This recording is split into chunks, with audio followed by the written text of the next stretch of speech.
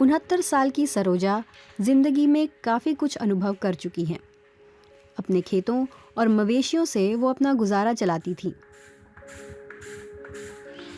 उत्तरी तमिलनाडु में उनका गांव वरदराजपुरम पिछले 20 साल में बहुत बदल गया है।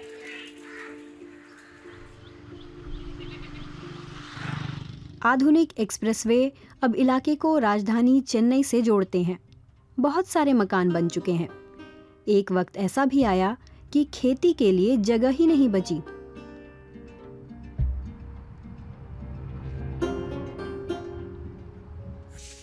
सरोजा और उनके बेटों के पास अपनी जमीन नहीं है। उनके पास अब 50 गायें ही बची हैं। आसपास की दूसरी जगहों की तरह यहाँ भी मवेशी मकान के पास बने ओसारे में रहते हैं। उनका चारा बाहर से आता है। दूध बेचकर रोजी रोटी कमा भी लें, लेकिन इस परिवार की मुश्किलें और भी हैं। हम लोग अपने खेतों में खाद के लिए गाय का गोबर डालते थे। अब तो यहाँ मकान ही मकान हैं। खेती होती नहीं तो गोबर भी पोखर में डाल दिया जाता है। समस्या ये है कि गांव में 900 से ज्यादा परिवार हैं।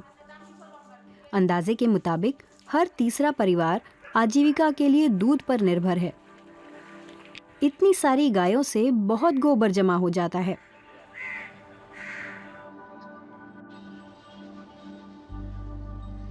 गांव में ही रहने वाले पकिरीसामी कहते हैं कि लोगों के लिए मुश्किलें खड़ी हो गई हैं।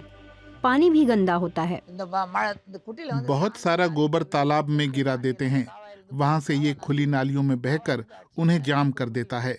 इससे बारिश का पानी भी रुकता है, बीमारी भी पनपती है और मच्छर भी। यहाँ तो बुखार और उल्टी की शिकायतें आम है। हम चाहते हैं कि सरकार कुछ करे। सरकारी अधिकारियों ने इस सिलसिले में केर्न अग्रवाल से संपर्क साधा। पहले बैंकर रहे अग्रवाल की कार्बन लूप्स नाम से एक स्टार्टअप कंपनी है।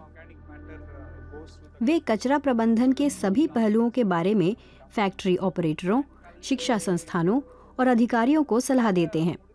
वरदराजपुरम गांव में भी उनका काम है।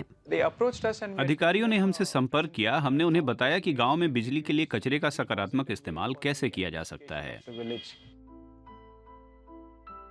स्टार्टअप कंपनी को बायोगैस प्लांट बनाने का ठेका दिया गया। सरकार ने भी इसमें करीब 6 करोड़ रुपए लगाए।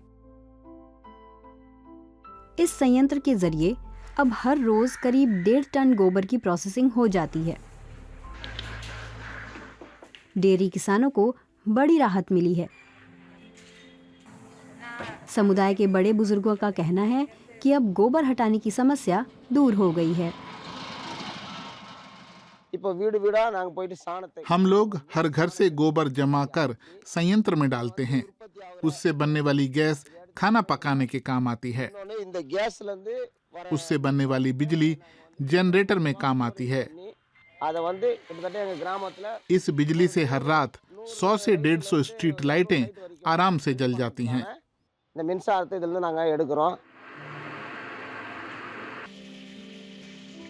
गांव के लोग न सिर्फ बिजली का खर्च बचा रहे हैं, पानी में प्रदूषण भी कम हुआ है।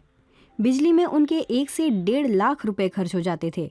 अब 1/3 कम का खर्च आता है। बायोगैस प्लांट का कचरा अपने आप में एक बढ़िया उर्वरक है। इसमें नाइट्रोजन की मात्रा काफी होती है। स्थानीय किसानों को भला और क्या चाहिए।